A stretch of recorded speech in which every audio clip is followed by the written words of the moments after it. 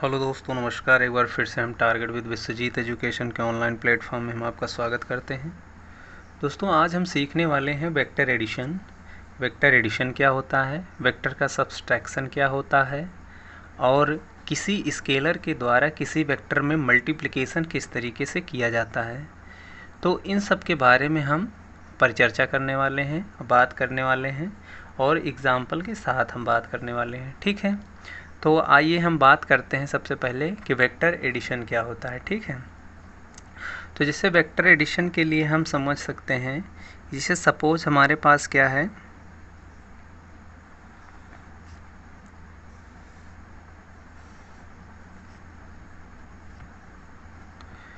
ये आपके पास x axis है, ये वाई एक्सिस है, ये जेड एक्सिस है, ये ओ ओरिजिन है। ठीक है, सपोज हमारे पास यहाँ पे एक वेक्टर है P of X comma Y comma Z. यहाँ पे हमारे पास है बिंदु Q A comma B comma सी। ठीक है, और इनका जो है एक पोजीशन वेक्टर है, ओरिजिन से दिस, और इसका जो है पोजीशन वेक्टर है दिस। सपोज इसका पोजीशन वेक्टर है आर, इसका पोजीशन वेक्टर है R1। ठीक है, तो अब यहाँ पे हमको क्या करना है, यानी अगर हम वेक्टर R को रिप्रेजेंट करें, जैसे इधर आपका यूनिट वेक्टर आई कैप है, और वाई एक्सिस पे यूनिट वेक्टर जे कैप है, जेड एक्सिस पे यूनिट वेक्टर के कैप है, तो हम वेक्टर एक्स को रिप्रेजेंट कर सकते हैं एक्स आई कैप, वाई जे कैप और जेड के कैप। ठीक है, और यहाँ पे R1 हम वेक्टर्स लिख सकते हैं ए i cap, B j cap और सी के कैप। ठीक है, तो इस तरीके से हम जो है पॉइंट P और Q को एक वेक्टर फॉर्म में हम बढ़िया से रिप्रेजेंट कर सकते हैं।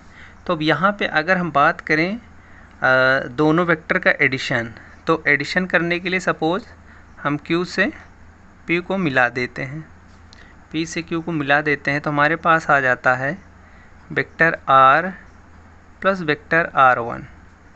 तो इसको हम अगर जब ऐड करते हैं तो हमारे पास हो जाता है x, यानी x plus a i cap, y plus b j cap plus z plus c k cap.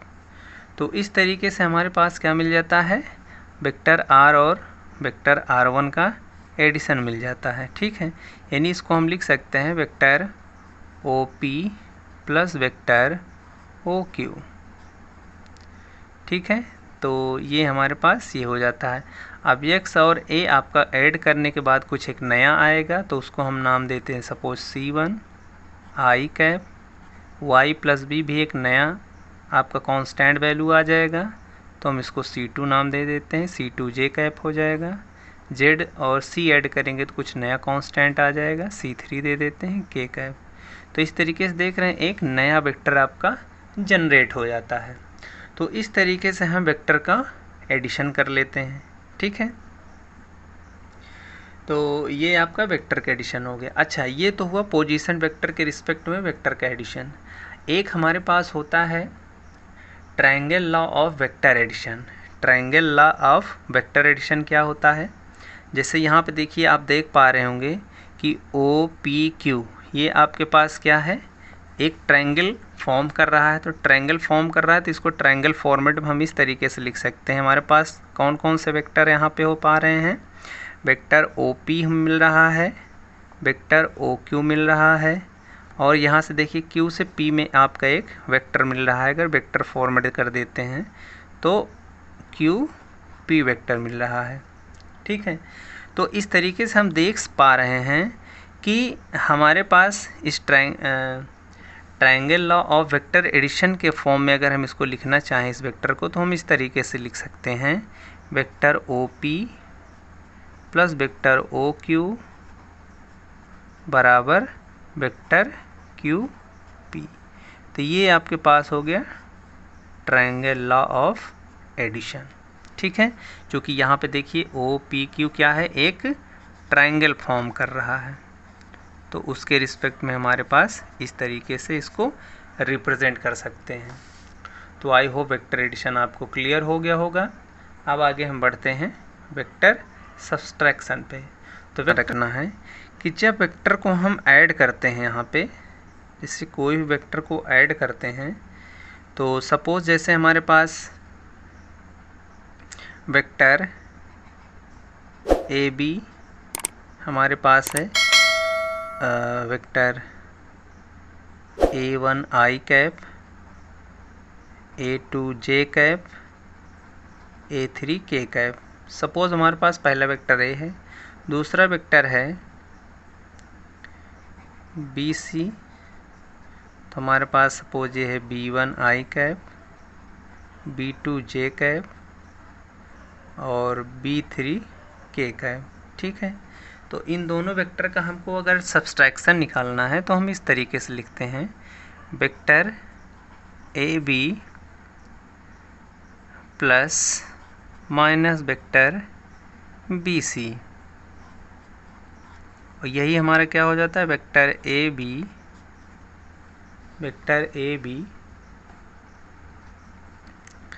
Minus vector BC, ये हमारे पास हो जाता है। अब यहाँ से अगर हम निकालते हैं, देखते हैं अगर अच्छे से, तो हमारे पास कुछ नज़र आ रहा है। तो AB को हम लिख लेंगे A1 I cap, A2 J cap, A3 K cap.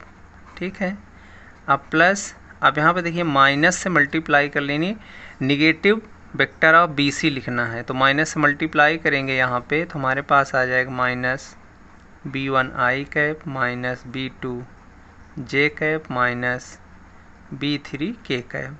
ठीक है, अब वही एडिशन का फॉर्मेट यहाँ पे अप्लाई कर दीजिए, आपका जो है सब्सट्रैक्शन आ जाएगा।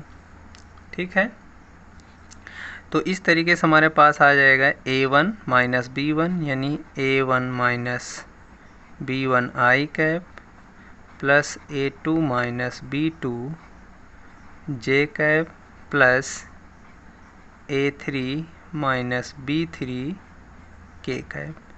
तो यहाँ पे हम देख पा रहे हैं कि ये वेक्टर का सब्सट्रैक्शन मिल गया। तो यानी A1 और B1 एक कांस्टेंट वैल्यू होगा, तो यहाँ पे एक नया कांस्टेंट अप्लाई कर सकते हैं, C1 I cap, A2 minus B2 एक नया कांस्टेंट देगा, तो C2 J कैप, इसी तरीके से वाला भी एक नया कांस्टेंट देगा, C3 K कैप। तो ये देख पा रहे हैं एक नया वेक्टर जनरेट हो जा रहा है, यानी vector AB minus vector BC। तो ये इसी तरीके से हम वेक्टर सब्सट्रैक्शन कर सकते हैं आसानी से। ठीक है, अब जैसे अगर आपको एग्जाम्पल चाहिए, जैसे वेक्टर AB हमने ले लिया 3I cap plus 2J cap plus 9K cap, और हमने वेक्टर BC ले लिया 5I cap 10J cap plus 8K cap.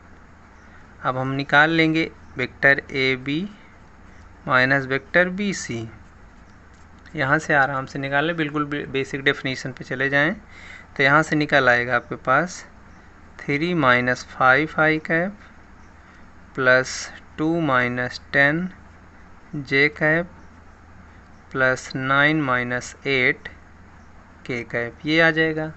अब इसको आप सब्सट्रैक्ट कर लीजिए, तो हमारे पास अल्टीमेट आ जाएगा minus 2I cap minus 8J cap और प्लस K कैप। तो ये आपके पास आ जाएगा सब्सट्रैक्शन ऑफ टू वेक्टर्स।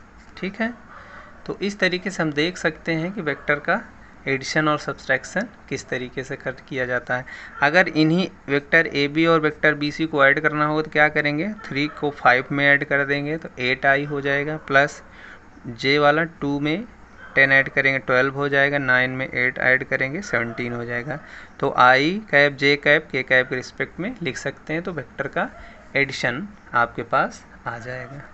करने वाले हैं multiplication bye a scalar in a vector. किसी वेक्टर में हम किसी स्केलर के द्वारा कैसे मल्टीप्लाई करेंगे, तो इसके बारे में हम यहाँ पे आज सीखने वाले हैं। ठीक है, तो जैसे सपोज़ हमारे पास कोई वेक्टर हमने ले लिया, वेक्टर ए बी।